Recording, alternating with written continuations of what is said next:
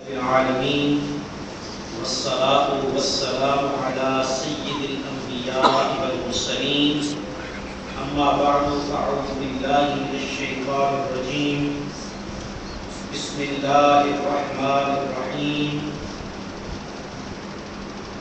كنتم خير أمة أخرجت للناس صدق الله العظيم مولاي صل وسلم دائما أبدا على حبيبك خير الخلق كلهم محمد سيد الكونين والثقلين والفريقين من عرب ومن عجم اللهم صل على محمد وعلى آل محمد كما صليت على إبراهيم وعلى آل إبراهيم إنك حميد مجيد اللهم بارك على محمد وعلى آل محمد كما باركت على إبراهيم وعلى آل إبراهيم إنك حميد مجيد نابسط احترام برادران اسلام السلام علیکم ورحمۃ اللہ وبرکاتہ۔ اللہ تعالیٰ کی ذات و برکات کا لاکھ لاکھ شکر ہے، اس کا فضل و احسان ہے، اس کی کرم نوازی اور مہربانی ہے کہ ہم ایک مرتبہ پھر جمعہ کے اس بابرکت اجتماع میں جمع ہیں۔ اللہ تبارک و تعالیٰ سے دعا ہے کہ ہم سب کو جو کچھ ہم سنیں اور سنائیں یاد رکھنے، عمل کرنے اور آگے پہنچانے کی توفیق عطا فرمائے، ہم سب کے لیے دنیا اور آخرت میں فلاح، نجات اور کامیابی کا باعث بنائے۔ حاضرین گرامی قدر، آج کا جو ہمارا کتاب المناقب کا چیپٹر تھا وہ بفضلہ تعالی بتوفیقہ انشاءاللہ العزیز اختتام پذیر ہوگا۔ آج کے بیان کے دو اہم موضوع ہیں یا دو حصے ہیں۔ پہلا حصہ تو یہ ہے کہ سرکار دو عالم صلی اللہ علیہ وسلم نے یہ ضمانت دی، یہ گارنٹی دی کہ یہ امت بحیثیت مجموعی کبھی بھی شرک میں مبتلا نہیں ہو۔ آپ صلی اللہ علیہ وسلم کا عدم شرک کی گارنٹی دینا، اور دوسرا دین اسلام چونکہ تا قیام قیامت ہے، اس لیے یہ نیچرل ہے، یہ فطری بات کہ ایسے مسائل پیدا ہوں گے جو پچھلے دور میں نہیں تھے، تو ان مسائل کو قرآن و سنت کے مطابق حل کرنا، اور سابقہ قرون اولا میں دین اسلام پہ جو کچھ بھی عمل کرنے والوں نے عمل کیا، اس عمل میں آگے کہیں کوتاہی آ گئی یا کوئی ایسی چیز جو ترک کر دی گئی یا پس پردہ چلی گئی، تو اس چیز کا اظہار کرنا اور امت کو اس اصلی بنیادی عقیدے کے ساتھ جوڑے رکھنا، یہ ایک کام ہے جس کو ہم کہتے ہیں تجدید دین کا کام۔ اس کام کے لیے اللہ تعالیٰ کی طرف سے باقاعدہ حضور نبی اکرم صلی اللہ علیہ وسلم کے امتیوں میں سے ایک عالم کا منتخب ہونا، جس کو ہم مجدد کہتے ہیں۔ یہ دو موضوع آج انشاءاللہ اسی کے ساتھ اس موضوع کا ہم اختتام کریں گے، اور جس طرح میں نے آپ سے وعدہ کیا تھا اگلے جمعہ سے پھر انشاءاللہ العزیز ہم شروع کریں گے اخلاق حسنہ کے حوالے سے، جس کی بہت زیادہ ضرورت ہے۔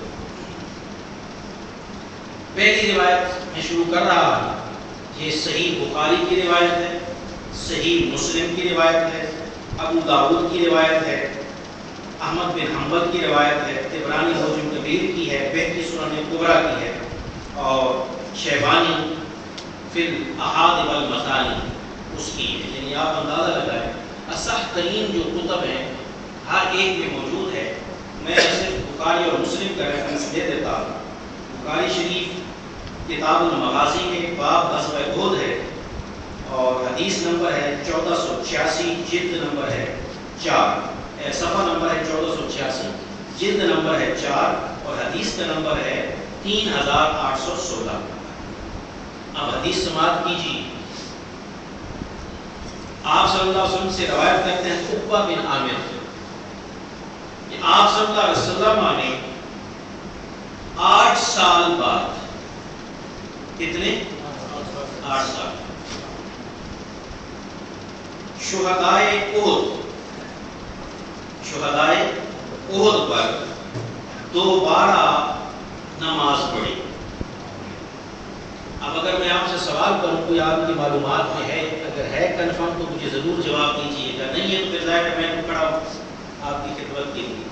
غزوہ احد کب ہوا؟ آسان میں کرتا ہوں، مدینہ شریف ہجرت کرنے کے کس سال ہوا؟ ذہن میں ہے؟ نہیں، ایک سال نہیں،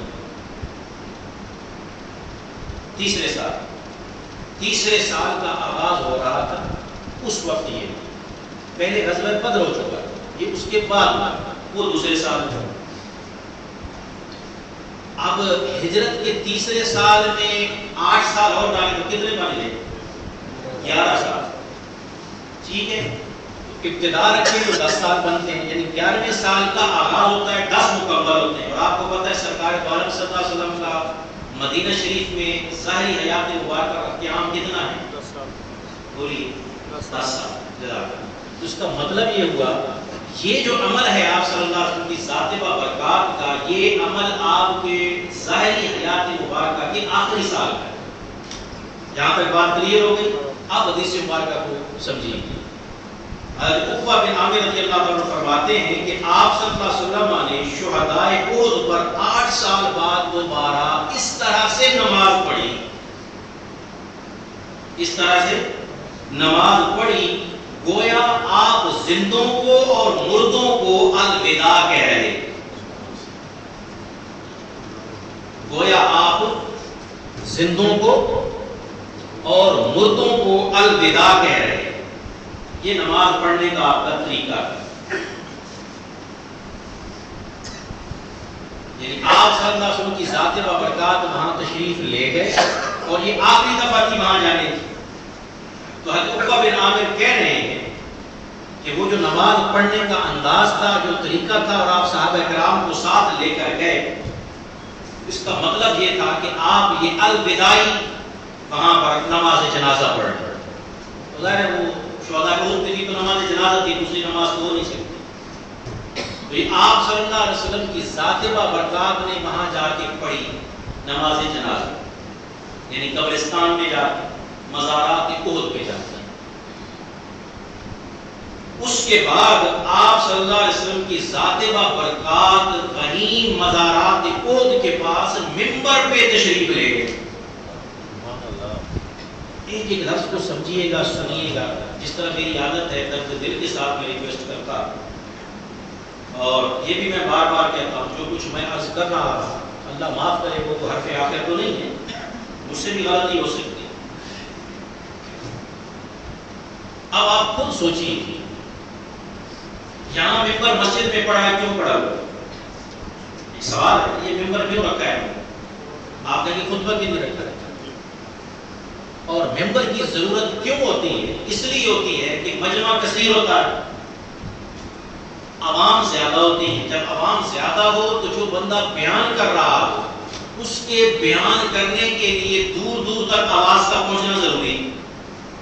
جب دور دور تک آواز کا پہنچنا ضروری ہے تو اس کا کھڑا ہونا ضروری ہے. جب وہ کھڑا ہو کے بولے گا تو دوسروں کو دیکھے گا بھی صحیح اور سنائی بھی دے گا. اب اگر وہ زیادہ دیر کھڑا نہیں ہو سکتا تو پھر اس کو اونچا بیٹھنا چاہیے، اس لیے ممبر ہوتا ہے. اور یہ سنت رسول صلی اللہ علیہ وسلم.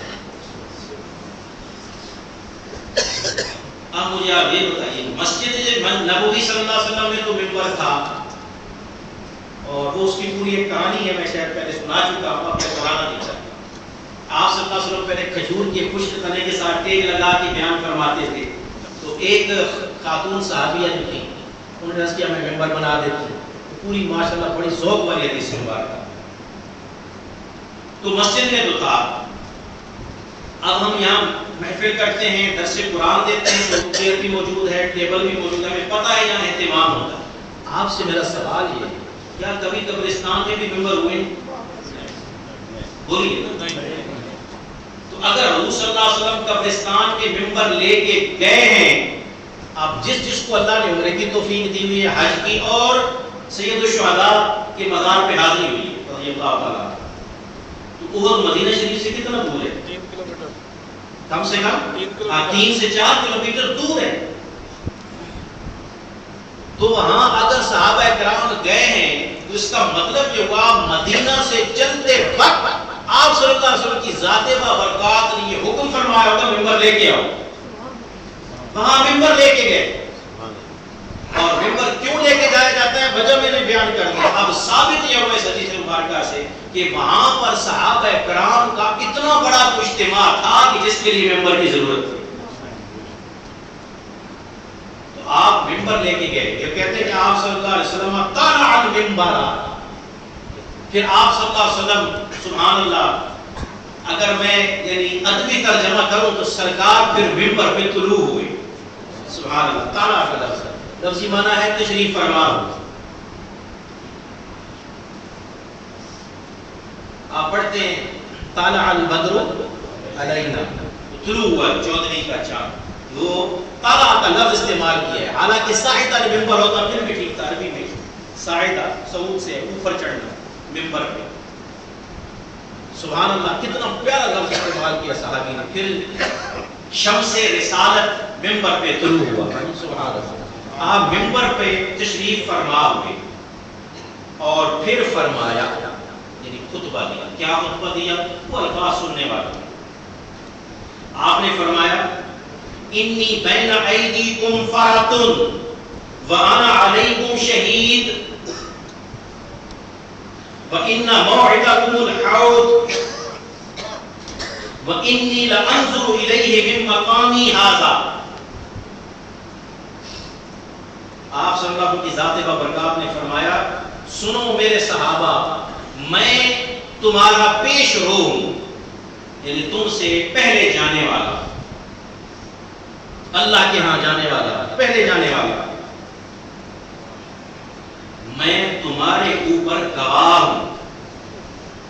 ایک ایک لفظ سنیے گا حدیث مبارکہ اور دل میں بٹھائی کا ریفرنس میں نے آپ کو بخاری شریف کا دیا ہے, مسلم کا دیا ہے, ابو داؤد شریف کا دیا ہے. سیاستہ کی 3 بڑی کتابوں کا اور دیگر 3 بڑی کتابوں کا 6 کتابوں.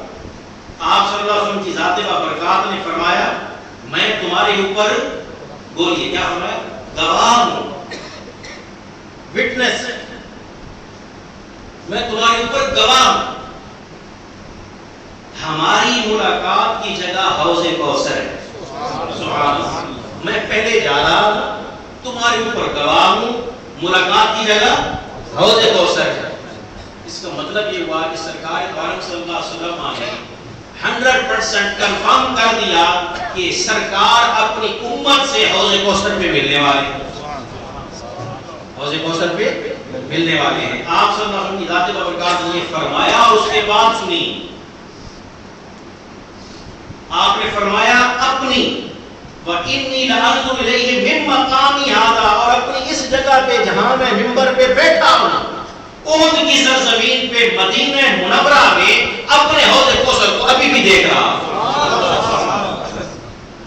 مطلب کہ جہاں میں جا رہا ہوں وہ سارے راستے میرے پہلے سے دیکھنے والے ہیں اور تم پر میں گواہ بن کے جا رہا ہوں. یا خدا کس چیز کے گواہ بن کے جا رہے ہیں؟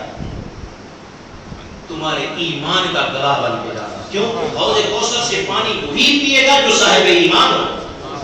بے ایمان کو پانی نصیب ہونے والا نہیں ہے, صاحب ایمان کو نصیب. اگلا جملہ سنیے. آپ صلی اللہ علیہ وسلم نے فرمایا الفاظ سنیے وَإِنِّي لَسْتُ أَخْشَىٰ عَلَيْكُمْ أَن تُشْرِكُوا اور میں اس بات کا تمہارے بارے میں کوئی ڈر نہیں رکھتا کہ تم شرک میں مبتلا ہو جاؤ. مجھے کوئی ڈر نہیں ہے. یعنی بحیثیت نبی میں نے توحید و رسالت کا جو پیغام تم تک پہنچایا ہے وہ اتنا مضبوط ہے, اتنا مکمل ہے, اتنا کامل ہے, اتنا اکمل ہے کہ اب تمہارے اندر کسی قسم کا شرک آنے کا کوئی تصور نہیں ہے. معاذ اللہ ثم معاذ اللہ. اگر یہ تصور ہوتا تو پھر اور نہیں آتا. یہ ختم نبوت ہوئی اس لیے اللہ تعالیٰ نے جو کم و بیش 1,24,000 انبیاء کرام بھیجے. تو کیوں بھیجے؟ وجہ یہ ایک نبی دعوت توحید دے کے جاتا تھا، جیسے ہی دنیا سے اس نے پردہ کیا بعد امت میں پھر کیا آ گیا؟ شرک آ گیا۔ اب اس شرک کو پھر ختم کرنے کے لیے نبی آئے۔ یہ سلسلہ چلتا رہا تا آ کے سرکار دو عالم صلی اللہ علیہ وسلم کی ذات کا برکات آئی۔ جب آپ آئے، آپ نے توحید کو اتنے شاندار، مکمل، کامل، اکمل انداز میں دنیا میں پیش کیا کہ فرمایا یہ توحید اور رسالت کا کنسپٹ اب ایسا کلیئر ہے کہ تا قیامت اس میں کسی قسم کے شرک کی بو آنے والی ہے۔ میں نے راستہ بند کر دیا ہے شرک کا۔ اے پیارے حبیب، ہم نے آپ کو اِنَّا أَرْسَلْنَاكَ شَاهِدًا وَمُبَشِّرًا وَنَذِيرًا وَدَاعِيًا إِلَى اللَّهِ بِإِذْنِهِ وَسِرَاجًا مُنِيرًا، یہ سب شانیں دے کر بھیج دیا ہے۔ اب آپ نے دعوت توحید اتنی کامل، اکمل، مکمل پہنچا دی ہے تا قیامت میں کسی اور نبی کو بھیجنے والا ہی نہیں۔ امت مشرک نہیں ہو۔ واضح طور پہ آپ نے فرمایا، ہاں ایک خدشہ یا ایک ڈر اس کا اظہار فرمایا، ایک سے کلیئر فرمایا، دوسرے کا اظہار فرمایا۔ دوسرا کیا تھا؟ آپ نے فرمایا وَلَٰكِنِّي أَخْشَىٰ عَلَيْكُمُ الدُّنْيَا أَن تَنَافَسُوهَا، فرمایا ہاں تمہارے متعلق مجھے دنیا داری کی محبت میں مبتلا ہونے کا اندیشہ ہے۔ یہ چیز، یہ خطرہ ہے کہ تم لوگ کس میں مبتلا ہو جاؤ گے؟ دنیا داری۔ اب آپ دیکھ لیجیے ایسا ہے یا نہیں؟ اب میں ایک سٹیٹمنٹ دینے لگا ہوں اور اس سٹیٹمنٹ کو تصدیق کرنا یہ آپ کا کام۔ I may be wrong، ہو سکتا ہے میرا تجزیہ غلط۔ جاہل سے جاہل اجڑ دیہاتی گوار قسم کا مسلمان جس کو کلمہ بھی صحیح طریقے سے پڑھنا نہیں آتا، جب آپ اس سے بھی پوچھیں گے بھی اللہ کتنے تو کیا جواب دے گا؟ بولیے ایک۔ آپ کا رسول کون ہے تو کیا بولے گا؟ محمد صلی اللہ علیہ وسلم۔ نہ اس کو نماز آتی، نہ کوئی روزے کا پتہ، کچھ بھی نہیں، صرف کہتا ہے میں مسلمان ہوں۔ تو آپ کہتے ہیں کیوں مسلمان ہوں؟ میں اللہ کو ایک مانتا ہوں اور محمد صلی اللہ علیہ وسلم اس کے رسول۔ یہ توحید ہے۔ باقی چیزیں ہیں اعمال، اس کو سائڈ رکھ کے میں عقیدے کی بات کر رہا ہوں۔ لیکن ایک پڑھا لکھا، اب دوسری طرف پڑھا لکھا، M Phil, P H D, even مجھے کہنے دیجیے عالم، اس کے دنیا میں مبتلا ہونے کی یا نہ ہونے کی تو گارنٹی دے سکتے ہیں؟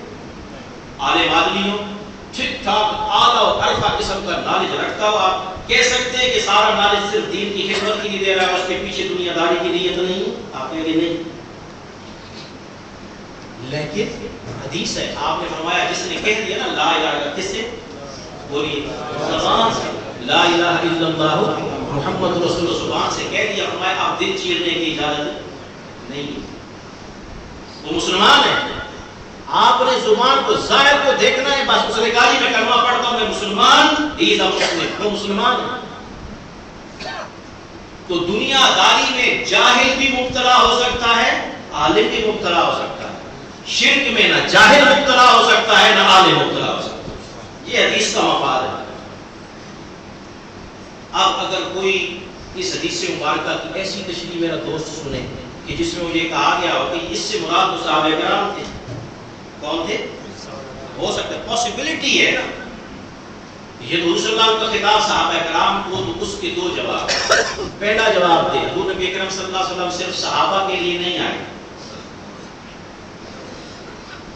کس کے لیے آئے؟ پوری نسل انسانی کے لیے آئے۔ جیسے قرآن آئے، قرآن کے بالکل یہ بات ٹھیک ہے، پہلے مخاطب کون تھے؟ صحابہ کرام۔ سرکار دو عالم صلی اللہ علیہ وسلم کے پہلے مخاطب کون؟ صحابہ کرام۔ لیکن بعد میں تا قیامت آنے والی نسلیں مخاطب ہیں، لہذا ہم یہ بات نہیں کہہ سکتے کہ صرف صحابہ کو خطاب تھا۔ اللہ معاف کرے، چلے مان لیں، ہم کہتے ہیں یہ صحابہ کو خطاب، اس کا مطلب یہ ہے معاذ اللہ، پھر یہ ماننا پڑے گا کہ سرکار سارے صحابہ کو کہہ رہے تم دنیا دار ہو، دنیا دار بن جاؤ گے۔ کیا کوئی یہ مانے گا کہ حضور کے صحابہ دنیا دار تھے؟ کیا ابو بکر صدیق رضی اللہ عنہ، عمر فاروق رضی اللہ عنہ، عثمان غنی رضی اللہ عنہ، علی المرتضیٰ رضی اللہ تعالیٰ عنہ، ابو ذر رضی اللہ تعالیٰ عنہ جنہوں نے ریکارڈ قائم کیے ہیں دینداری کے، ایمان کی مضبوطیوں کے، معاذ اللہ ہم ان پہ دنیا کا فتویٰ اگر لگاتے ہیں، ان کو دنیا داری میں اللہ معاف کرے پڑھتا ہوا دیکھتے تو پھر ہم کس کھاتے میں کھڑے ہوئے؟ اس لیے مستاق بنتا نہیں ہے میرا جی۔ ہاں پھر وہی بات آپ کو پتا الحمدللہ ہم پوری بات کرتے ہیں، کہیں ڈنڈی مارنے کی عادت نہیں، اور واللہ میرا رب جانتا ہے دل کے اندر ایک درد ہے کہ صحیح اوریجنل نالج مجھے بھی ملے، امت کو بھی ملے، اختلافات ختم ہو آپس میں، اب محبت بڑھے، پیار بڑھے۔ ہاں مسلمانوں میں اکا دکا کوئی شرک کے واقعات بالکل ہو سکتے ہیں، ہے پاسبل، اس سے کوئی رکاوٹ، لیکن بحثیت اجتماعیت امت، پوری امت کی اکثریت کہیں معاذ اللہ کی مشرک ہو گئی ہے، یہ حضور نبی اکرم صلی اللہ علیہ وسلم کے معاذ اللہ قول مبارک کو جھوٹا سمجھنا، یہ نہیں ہو سکتا۔ یعنی کوئی ایسا عمل جو پوری امت مسلمان دنیا میں کر رہی ہے، اس کو بنیاد بنا کر اگر آپ کہتے ہیں معاذ اللہ یہ شرک ہو رہا ہے، آپ غلط ہیں، مصطفیٰ کریم کا قول معاذ اللہ جھوٹا نہیں ہو سکتا صلی اللہ علیہ وسلم۔ اس لیے احتیاط کی ضرورت ہے، کف لسان کی ضرورت ہے۔ آپ کسی کو کہہ تو دیں گے جی ٹھیک ہے یہ اس کی سوچ میں خرابی، خدا کے لیے اس کو یکدم ایک چھوٹی سی بات دے کہ شرک کا فتویٰ نہیں لگے، بہت بڑا کام ہے، اللہ معاف کرے اس میں نہیں ہوا تو لوٹے گا آپ کی طرف، ایک بات۔ دوسری بات بڑی امپورٹنٹ عقیدے کی ہے، چونکہ ساتھ بتا دیتا ہوں، قبرستان میں جا کر باقاعدہ اجتماع کر کے وعظ و تبلیغ و نصیحت کرنا سرکار دو عالم صلی اللہ علیہ وسلم کی سنت ہے۔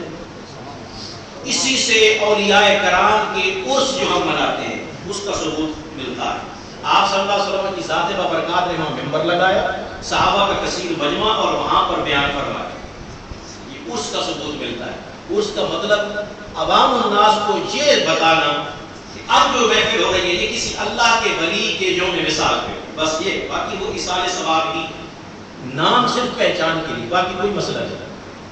وہ آپ عرس کا نام نہ بھی دینا چاہیں لوگ پرابلم، آپ سالانہ ختم کہہ دیں پھر بھی چلے گا، وہ ایصال ثواب ہے، وہ موضوع نہیں ہے، انشاءاللہ پھر اس پہ بات کروں گا۔ ہاں جہاں میں پھر عرض کر رہا ہوں، بار بار عرض کرتا ہوں، سالوں سے مجھے آپ سن رہے ہیں، جہاں کہیں خرابی ہے وہ خرابی، وہ غلط ہے، اس کو ختم کرنا چاہیے، لیکن اچھا کام اپنی جگہ پہ اچھا۔ آگے دیکھیے سرکار دو عالم صلی اللہ علیہ وسلم نے یہ بیان فرمایا کہ کیا بیان فرمایا، وَإِنِّي أُوتِيتُ مَفَاتِيحَ خَزَائِنَ الْأَرْضِ أَوْ مَفَاتِيحَ الْأَرْضِ، آپ صلی اللہ علیہ وسلم نے فرمایا اور بے شک مجھے زمین کے خزانوں کی کنجیاں عطا کی گئی، زمین کے خزانوں کی کنجیاں عطا کی گئی ہیں، اور دوسرے الفاظ یہ ہیں کہ بے شک مجھے زمین کی کنجیاں عطا کر دی گئی۔ اس کا مطلب یہ ہوا کہ زمین میں خزانے اللہ نے رکھے ہوئے ہیں۔ ایک اور حدیث مبارکہ میں بھی اسی طرح کا، اور سارے خزانوں کی جب کنجیاں مل گئی سرکار دو عالم صلی اللہ علیہ وسلم کو، تو جہاں تالا لگا ہوا ہو وہاں اس تالے کی چابی بندہ کسی کو دے دے، تو اس کا مطلب ہے اب اس کو اجازت ہے جب چاہے تالا کھول لے۔ آپ نے اس کو کیئر ٹیکر بنا دیا۔ اپنے گھر کی مثال لے، آپ میں سے کوئی فیملی والا ہے یا اس کا اپنا روم ہے، وہ کہیں پاکستان، انڈیا، بنگلہ دیش جاتا ہے، ساتھ دوسرے دوست کو چابی دے کے چلا جاتا ہے۔ اب وہ چابی دے رہا ہے تو کس لیے دے رہا ہے؟ صرف چابی سنبھال کے رکھ لیے، یہ اختیار ہے کمرے میں جب چاہو چلے جاؤ، اندر ریسٹ بھی کر سکتے ہو۔ ایک بندہ مجھے گاڑی کی چابی دے گئے، ناصر بھائی مجھے گاڑی کی چابی دے گئے، اب یہ کس لیے دے گئے؟ تو ان کو میں سجا کے سنبھال کے رکھوں، مطلب یہ تھا کہ آپ کے پاس رہے گی، حفاظت بھی ہوگی اور آپ استعمال بھی کرتے ہیں، اختیار دے دیا۔ رب تعالیٰ کی پیارے حبیب کہہ رہے ہیں اللہ نے مجھے زمین کے خزانوں کی چابی عطا فرما۔ سبحان اللہ، پیاری یہ زمین میری ہے، تالا میں نے لگایا ہے، چابیاں آپ کو دی ہیں، خزانے آپ کے اختیار میں ہیں، جب چاہے تالا کھولے، جسے چاہے عطا کرے۔ میری عطا آپ کے لیے ہے، آپ کی عطا وما ارسلناک الا رحمۃ للعالمین، جس کو چاہے آپ عطا فرمائے۔ تو آپ نے یہ اپنی شان بیان فرمائی، مطلب کہیں یہ نہ سمجھنا کہ میں اس دنیا سے جا رہا ہوں تو بس سفر ختم ہوا، فرمایا نہیں، میری تو شان یہ ہے جہاں جانا ہے دوسرے عالم میں، اس دنیا سے فوت ہونے کے بعد میری نظر تو اب بھی وہاں بھی ٹکی ہوئی، تو میرے لیے کوئی مسئلہ نہیں ہے اس دنیا کا اس دنیا کا، ایک بات دنیا سے میں چلا گیا تو زمین کے خزانوں کی چابیاں پھر بھی میرے پاس ہیں، جس کو چاہیں گے تالا کھول کے عطا فرما دیں گے۔ اور پھر آپ صلی اللہ علیہ وسلم کی ذات برکات نے پراکر اسلام یہ فرمایا تو اس حدیث مبارکہ سے بہت سارے عقدے کھل گئے، کلیئر کٹ ہو گئی بات، امت بحیثیت مجموعی کبھی شرک میں مبتلا نہیں ہوگی۔ حضور نبی اکرم صلی اللہ علیہ وسلم کی ذات برکات گارنٹی دے کے گئے، ایسا مضبوط کام دے کے گئے۔ ایمان والو درد دل سے کہنا، ایک موبائل فون تو تم لو، ایک گرائنڈر تو کسی مارکیٹ سے لو، جو مشین بنی ہوئی ہے اس کی بھی جناب سٹیپ لگا کے کھپا لگا کے کتنی گارنٹی 2 سال کی، اور آپ اس کو مان کے لے رہے ہو، لیتے ہو نہیں لیتے ہو؟ کہتے ہیں جس کی گارنٹی ہے، ہاں جی گارنٹی ہے، کیوں جی کمپنی سے مل رہا ہے، اچھا جی وہاں سے واچر بنا ہے، سٹیپ لگا ہے، اوپر لکھا ہوگا ضمان سنتین یا 1 سال کی، 2 year guarantee, 1 year guarantee, warranty, جو چاہے وہاں سے آپ اعتماد بھی کر لیا، لے لیا۔ ایمان والو خدا لگتی کہو، دل کی کہو، جو ایمان کا مدار، ایمان کا سامان دینے آیا ہے وہ قیامت تک کی گارنٹی دے رہا ہے، ایسا مضبوط ایمان دیا ہے قیامت تک اس میں خرابی آنے والی نہیں ہے۔ اس گارنٹی کو مان لو، اس گارنٹی کو، ہاں کچھ پیس ایسے ہوتے ہیں کہ دوران گارنٹی خراب ہو جاتے ہیں، ایسی بات ہے یا نہیں؟ لیکن جو خراب نہیں ہوتے ان کا اثر اس پہ آئے گا؟ آپ کہیں ہرگز نہیں آئے گا۔ وہ خراب ہو گئے ہیں، ہاں اگر تو وہ ٹھیک ہونے کے قابل ہیں اللہ توفیق دے گا، معاذ اللہ ثم معاذ، مرتد ہو گئے، دین اسلام چھوڑ گئے، پاسبلٹی ہے پھر کہیں واپس آ جائیں، نہیں آتے تو جو ہیں وہ زیادہ ہیں، جو نہیں ہے وہ کم ہیں۔ ایک دن میں گیا لینے کے لیے کسی کوئی چیز چاہیے تھی، تو میں نے کہا یار اس میں ریشو کیا ہے، آپ گارنٹی تو دے رہے ہیں تو ریشو کیا ہے خرابی کی؟ اس نے کہا جی 80-20 کی ہے، 80% جو ہوتے ہیں وہ ٹھیک ہوتے ہیں، کسی قسم کا کوئی کیس ہمارے پاس 20% آتا ہے، تو ہم 80% کو دیکھیں یا 20 کو؟ 80% کو دیکھیں، بحیثیت مجموعی امت کو دیکھیں۔ تو یہ سرکار دو عالم صلی اللہ علیہ وسلم نے گارنٹی۔ دوسری بات، آپ صلی اللہ علیہ وسلم نے اپنی شان عظمت بیان فرمائی، یہ فرمایا بھئی وہ میں حوض کوثر دیکھ رہا ہوں، تم مجھے وہی ملنے والے ہو، دوسرے جہان پہ آپ کی نظر، یہ معمولی سی بات، یہ معمولی سی بات ہے، دوسرے جہان پہ تو سرکار کے غلاموں کو بھی نظر، یہ تو آقا کا مقام ہے۔ آپ کو یہ کہ اللہ تعالیٰ نے عزت اور شان یہ عطا فرمائی کہ اور کسی کے لیے اس جہان میں دیدار الہی نہیں رکھا، مصطفیٰ کے لیے اس کو بھی رکھا۔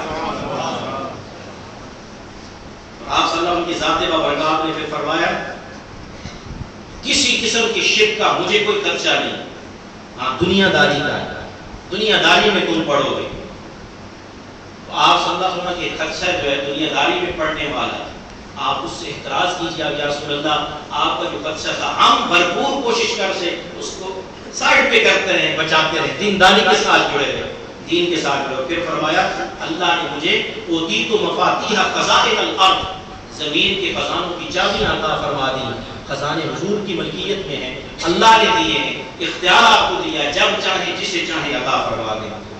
اگلی حدیث مبارکہ برادران اسلام، یہ پہلا موضوع تھا جو مکمل ہوا۔ دوسرا، کیونکہ وقت کم ہے میں اس کی مزید تفاصیل میں نہیں جاتا ہے، آپ صلی اللہ علیہ وسلم کی ذات بابرکات بڑی توجہ سے حدیث مبارکہ سنیے گا۔ ابو داؤد نے روایت کیا، حاکم نے روایت کیا، طبرانی نے روایت کیا، ما یذکر فی قرن المئہ، باب ہے ابو داؤد شریف کا، اور صفحہ نمبر 109، جلد نمبر 4، حدیث نمبر 4291، ان اللہ یبعث لہذه الامة علی رأس کل 100 سنۃ من یجدد لها دینا، بے شک اللہ تبارک و تعالی اس امت کے لیے ہر 100 سال کے آخر میں، ہر 100 سال کے پورے ہونے میں کسی ایسے شخص کو پیدا فرمائے گا جو اس امت کے لیے دین کی تجدید کرے، اس کو ہم شرعی اصطلاح میں مجدد کہتے ہیں۔ جس بات پہ امت کا اتفاق ہے میں وہ عرض کر دیتا ہوں، باقی آگے اختلاف ہوتا ہے، یہ مسلمانوں کا المیات کہہ رہے ہیں کہ جب تک ہمارے درمیان کوئی عالم زندہ رہتا ہے، اللہ کا ولی زندہ رہتا ہے، ہم تانا زنی بھی کرتے ہیں، اعتراض بھی کرتے ہیں، جب فوت ہو جاتا ہے پھر سب اچھا ہو جاتا ہے۔ یہ ہمارا ایک رجحان ہے من حیث المجموع، آپ کے ٹھیک ہے، بعد میں پھر ریفرنس بھی کوٹ ہوں گے، آپ اگر تاریخ پڑھیں حضرت امام بخاری کروڑوں رحمت اللہ تعالیٰ نازل فرمائے ان کی قبر پر، ان کے درجات اور بلند فرمائے، ان بیچاروں پہ کیا گزری، حضور غوث پاک رحمت اللہ علیہ مجمعین ان پہ کیا گزری. آپ پڑھیں تو آپ کہیں گے بھئی حیران کن بات ہے. تو آپ حیران کن نہیں لگے گی آج کے دور میں. آپ دیکھیں جب تک بندہ رہتا ہے خدمت کرتا رہتا ہے کوئی ویلیو کوئی حیثیت ہمارے دل میں جگہ نہیں پاتی. جب وہ فوت ہوتا ہے بعد میں پھر اچھائیاں یاد آتی ہیں. اب متفق حضور نبی اکرم صلی اللہ علیہ وسلم کی ذات و برکات کے بعد بالخصوص دین اسلام میں جو سب سے زیادہ تباہی بربادی کا باعث بنا وہ یزید ہے. اس میں کسی کو کوئی اختلاف نہیں. اس کے مسلمان کافر ہونے پہ اختلاف ہے، لیکن اس کے نظام حکومت میں دور حکومت میں دین اسلام کے ساتھ جو کھلواڑ کیا گیا، جو مذاق اڑایا گیا، حتیٰ کہ بیت اللہ شریف پر معاذ اللہ سنگباری کی گئی، مدینہ منورہ میں مسجد نبوی پہ سنگباری کی گئی، وہاں پر معاذ اللہ صحن مسجد نبوی میں گھوڑے باندھے گئے، نمازیں نہیں ہوئی کتنے دن. وہ ایک الگ داستان ہے، وہ پڑھی گیا. تو اس کے بعد اسی بنی امیہ سے حضرت عمر بن عبد العزیز رضی اللہ تعالیٰ، اس پہ اتفاق ہے اکثریت علماء کا فقہاء کا. حضرت عمر بن عبد العزیز رضی اللہ تعالیٰ کی ذات بابرکات، آپ آئے حکومت آپ نے سنبھالی، آپ نے سارے کے سارے جتنے خرافات جتنی خلاف شریعت چیزیں دین اسلام میں شامل تھی ساروں کو ختم کر دی. اس لیے کہتے ہیں کہ پہلے مجدد ہوئی ہیں خلفائے راشدین کے بعد کی میں بات کروں. پہلے وہ مجدد جنہوں نے ہر ظلم کو ستم کو ختم کیا، ساری کی ساری جتنے بھی حکمران طبقہ بدعنوانیاں کر گیا تھا ساروں کو ختم کیا، جائیدادیں لوٹ گئے تھے ساری واپس کروائیں، نظام انصاف قائم کیا. اور ان کے تقوی کا عالم یہ تھا کہ کہتے ہیں کہ کوئی آدمی آتا تھا رات کے وقت اگر بات کرنے کے لیے پہلے پوچھتے تھے پرسنل بات کرنی ہے یا حکومت کے معاملات کے حوالے سے بات کرنی ہے. اگر کہتا کہ یہ ذاتی کام ہے تو پھر اپنا ذاتی چراغ جلاتے تھے، اور کہتا کہ یہ حکومت کا کام ہے پھر حکومت کا چراغ جلاتے تھے. اتنا تقویٰ. اور کہتے ہیں کہ ان دنوں حالت یہ ہو گئی تھی کہ لوگ سڑک پہ کھڑے ہو کے زکات لے کے کہتا تھا یار میرے پاس زکات ہے کوئی لے لو، کوئی لیتا نہیں. اتنی خوشحالی آ گئی. اور دوسرے جن پر بر صغیر پاک و ہند میں اتفاق ہے وہ ہے شیخ احمد سرہنگی حضرت مجدد الثانی رحمۃ اللہ تعالیٰ. جہانگیر کے آگے جنہوں نے گردن میں جھکائی، اکبر نے جو دین الہی ایجاد کی اس کے خلاف انہوں نے جہاد کیا. یاد رکھیے مجدد ایک وقت میں ایک بھی ہو سکتا ہے، ایک وقت میں کئی بھی ہو سکتا ہے. ایک علاقے میں ایک ہو سکتا ہے، دوسرے علاقے میں دوسرا ہو سکتا ہے. جہاں جس چیز کی ضرورت ہے اللہ تعالیٰ اس حساب سے بھیجتا ہے.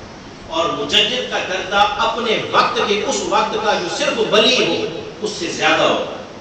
یہاں تک کہ مقام غوثیت سے بھی مجدد کا درجہ زیادہ ہوتا ہے. کیوں؟ وہ عالم بھی ہے اور ساتھ اللہ کا ولی بھی. اور دین اسلام میں آنے والی جتنی بھی کوئی ایسی باتیں جو غلط ہیں بانگ دوہل ان کو ختم کرتا ہے، اس کا کام بتاتا ہے کس طرح کر رہا ہے. آپ کو دعوت فکر ہے، آپ خود مطالعہ کیجئے، پڑھیے کس کا کام کتنا. آگے میں نے کہا میں جہاں پہ لوگ اختلاف کرتے ہیں میں بات ہی نہیں کرتا. آپ خود مطالعہ کیجیے، جو نام آپ نے سنے ہوئے یا سن رہے ہیں اسٹڈی کریں، دیکھیں کیا واقعی ہے اس معیار پہ پورا اترتا ہے، کیا کام ہے کیا نہیں. آئے گا ضرور. جب وہ آئے گا دین کی تجدید کرے گا. میں بڑی زبردست آپ کو مثال دیتا ہوں. یہاں عمان میں ہم موجود ہیں تو ہمارا ویزا کتنے سال کے لیے؟ کتنے سال کے لیے؟ 2 سال کے بعد کیا ہوتا ہے؟ ریویو ہوتا ہے. اس کو عربی میں کیا کہتے ہیں؟ تجدید. ویزا آپ کا لگا ہوا ہے وہی ہے، اب اس کو کیا کرنا ہے؟ تجدید کرنی ہے. دین وہی ہے. معاذ اللہ کو مجدد آ کے تو دین میں نئی بات شامل نہیں کرے گا. 2 سال بعد آپ کی تجدید ہو رہی ہے، چیک کریں گے ہاں جی کاغذات اس کے پورے ہیں بالکل ٹھیک ہے. اگر وہ خرابی ہے اس کو دور کر کے پھر تجدید ہوگی. فائن ہے، فائن پہلے بھرنا پڑے گا، پھر کہیں گے مور لگی. میڈیکل کا پرابلم آ گیا، میڈیکل کا پرابلم دور کریں پھر مور لگائیں. ایسی ہے. مجدد آئے گا کہے گا یہ پرابلم ہے دین میں، اس کو ختم کرو. ٹھیک ہے، یہ چیز نہیں شامل ہوگی، یہ بدعات میں سے آ گئی، یہ مفضی الی شرک آ گئی، یہ غلط ہے. اگر کوئی کر رہا ہے غلط ہے، میں قرآن سے ثابت کر رہا ہوں، میں حدیث سے ثابت کر رہا ہوں، بتائے گا. محلے میں ہے تو محلے میں بتائے گا، ملک میں ہے تو ملک میں بتائے گا، دنیا میں ہے تو دنیا میں بتائے گا. یہ کام اللہ تبارک و تعالیٰ نے دیا ہے. اور برادران اسلام، آپ صلی اللہ علیہ وسلم کی ذات بابرکات نے کتنی فضیلت بیان فرمائی ہے. آپ نے فرمایا، بہتی ابو نعیم اور دہلوی کی حدیث ہے، من تمسک بسنتی عند فساد امتی فلہ اجر 100 شہید. وہ آدمی جس نے میری امت کے فساد کے وقت، یعنی میری امت میری سنتیں چھوڑ چکی ہوگی، آپس میں ایک دوسرے کے ساتھ لڑ بھڑنے والا ماحول بنا ہوا ہوگا، فساد ماحول بنا ہوا دنیا داری کی وجہ سے، فرمایا اس دور میں جو آدمی میری سنت کو مضبوطی سے تھامے گا، اللہ اس کو 100 شہیدوں کا ثواب عطا فرمائے. وہ دور بھی آنے والا ہے. احساس مجھے ہو چکی ہے کہ سنت پہ عمل کرنا اتنا تکلیف دہ ہوگا جیسے جان دے کر شہادت پانا ہے. اتنا تکلیف دہ ہوگا، مطلب سنت پہ عمل کرنے والا ہو سکتا ہے ایک دن میں 100 دفعہ شہید ہو، یعنی وہ تکالیف اس کو برداشت کرنا پڑے جو شہید کو برداشت کرنا پڑے. یہ حالات ہو جائیں گے. آپ نے فرمایا 100 شہیدوں کے وقت ایک سنت پہ عمل کرے. تو آپ خود سوچئے، جو آدمی 100 سنتوں پہ عمل کرے، اس کی زندگی میں کتنے مسائل آ جائیں، کتنی مشکلات آ جائیں.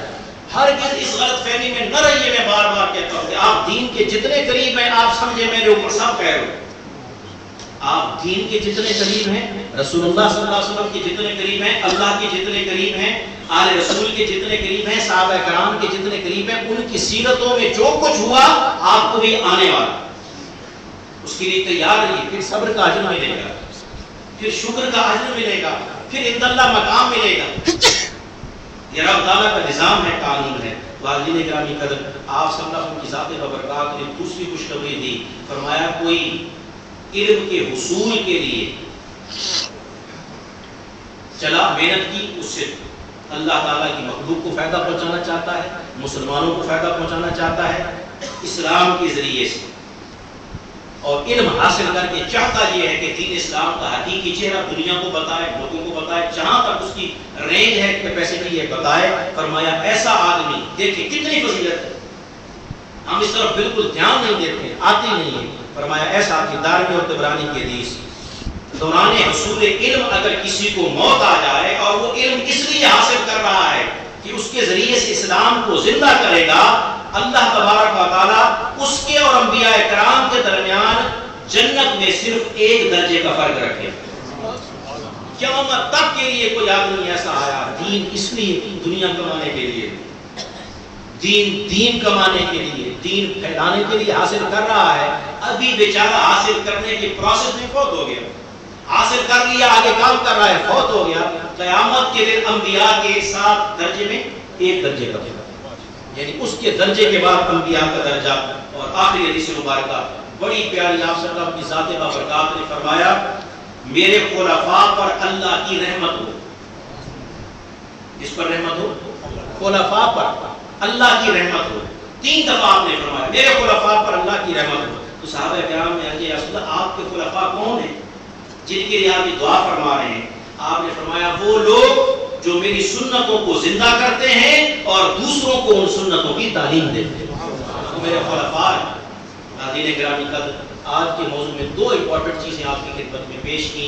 بحثیت مجموعی الحمدللہ ثم الحمدللہ سرکار دو عالم صلی اللہ علیہ وسلم کی گارنٹی ہے، روز محشر تک کے لیے یہ امت شرک میں مبتلا نہیں ہو سکتی. دوسرا، دین اسلام میں اگر کوئی خرابی آتی ہے یا کوئی سنت حضور صلی اللہ علیہ وسلم کی چھپا دی جاتی ہے یا اس پہ عمل ترک کر دیا جاتا ہے یا قرآن کا کوئی غلط مفہوم لینا شروع کر دیتا ہے، رسالت کا کوئی غلط مفہوم لینا شروع کر دیتا ہے، اس کو صحیح کرنے کے لیے، اصل بنیادی اسلام کے درست عقائد عوام تک پہنچانے کے لیے اللہ تعالیٰ حضور صلی اللہ علیہ وسلم کی امت میں سے ایک ولی کامل کو، ایک عالم کو مقرر فرماتا ہے ہر 100 سال کے آخر پہ، جس کو ہم مجدد کہتے ہیں. وہ آتا ہے، سارے جتنے بھی خرافات ہیں ان کو ختم کر کے دین اسلام کا حقیقی چہرہ امت کے سامنے رکھتا ہے. اللہ تبارک و تعالیٰ سے میں دعا کرتا ہوں، اللہ تبارک و تعالیٰ ہمیں بھی اس دور میں شامل فرمائے جس میں ایسی کامل و اکمل ہستی ہمارے حصے میں بھی آئے. وآخر دعوانا الحمدللہ رب العالمین.